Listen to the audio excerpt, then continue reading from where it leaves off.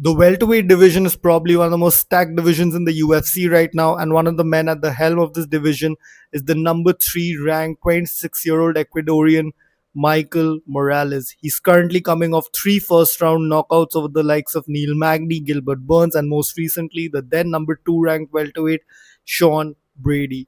In this video, I want to discuss Morales' career so far and what the future may hold for him as he moves forward in this stacked welterweight division. We were first introduced to Morales on the Dana White Contender Series when he took on Kings MMA's Nikolay Veretnikov.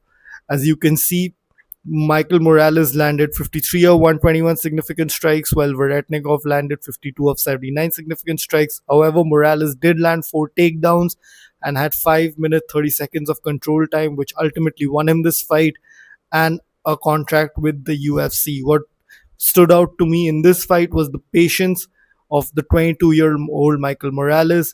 He was very patient on the outside, didn't rush, and while his style does look awkward even moving forward, even now his style is not the typical boxing or Muay Thai style. It works for him. There is a method to the madness, and that's one thing I noticed about him. As you can see, he did lose a round on two of the judges' scorecards, but it doesn't matter. He won this fight, and ultimately he won a contract to the UFC. In his second fight and his UFC debut, he fought Trevin Giles at UFC 270 in Ngannou versus Gunn. And what stood out to me in this fight was while he did get a first round knockout, he did get taken down with an inside trip by Trevin Giles. Now, Giles is not a schmuck, but he kind of is. He hasn't had any good wins in the UFC. I remember he beat Roman Dolidze at 185 at one time, but he has gotten knocked out by Dricus du Plessis in his UFC debut. He also got knocked out by Carlos Prates, and he did take down Michael Morales in this fight with an inside trip, and I think that's going to be one of the narratives as Morales moves on to take on the some of the wrestlers in the welterweight division like Kamaru Usman, Islam Makhachev, of course, and maybe even Bilal Muhammad if that fight comes through. But he did win. That's what counts. He's still undefeated. In his second fight with the UFC, he took on Adam Fugit. And now, while he did win this fight by a TKO in the third round, I will say this was a very competitive fight with Adam Fugit, and Fugit also took him down quite easily in the first round, I might say. He attempted 8 takedowns as he went through the fight, had 1 minute 51 seconds of control time, and this is a little bit of a concern for me because Adam Fugit is probably one of the worst welterweights in the UFC. But as I said, this does show a level of maturity for a guy like Michael Morales, who was just 23 years old at the time. Fights won't always go your way, and can you bounce back when things are not exactly going exactly how you planned? And Michael Morales has shown time and again that even when things are not going his way, he can make adjustments, stay patient, and win these fights. And winning is all that matters. In his third fight in the UFC, he took on veteran Max Griffin, and this was a really impressive performance. As you can see, Griffin landed 36 of 102 strikes. Michael Morales landed 72 of 164 strikes. And Max Griffin did take a round of Morales in this one, which is not really a good thing. Max Griffin is the guy who's lost to the likes of Neil Magny and Michael Chiesa, though I think he should have actually won that Magny fight. Regardless, this was a decent win for Michael Morales, but I will say this: there are some things where he, there are some red flags in his style, because if Max Griffin is getting 2 minutes and 10 seconds of control time on you in the clinch, imagine what the likes of Kamaru Usman, Bilal Muhammad, and Islam Makhachev might get. But he is still undefeated, and that's what counts. Moving forward, he took on Jake Matthews, and Jake Matthews has had a up and down UFC career, and I must say this was a really competitive fight. mostly a striking fight. Neither of them really went for takedowns, and Michael landed 84 of 208 significant strikes.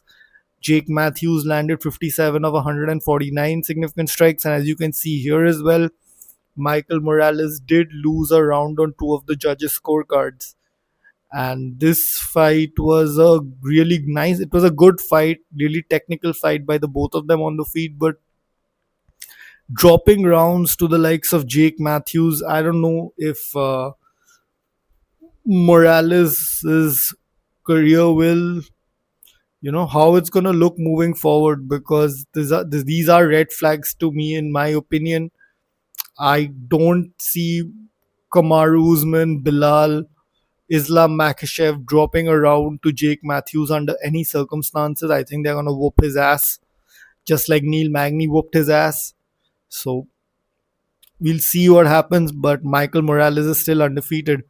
Now, this was the standout performance for Michael Morales, where he beat Neil Magny in the first round easily, and he looked great in this fight, patient on the outside, waiting for his opportunities.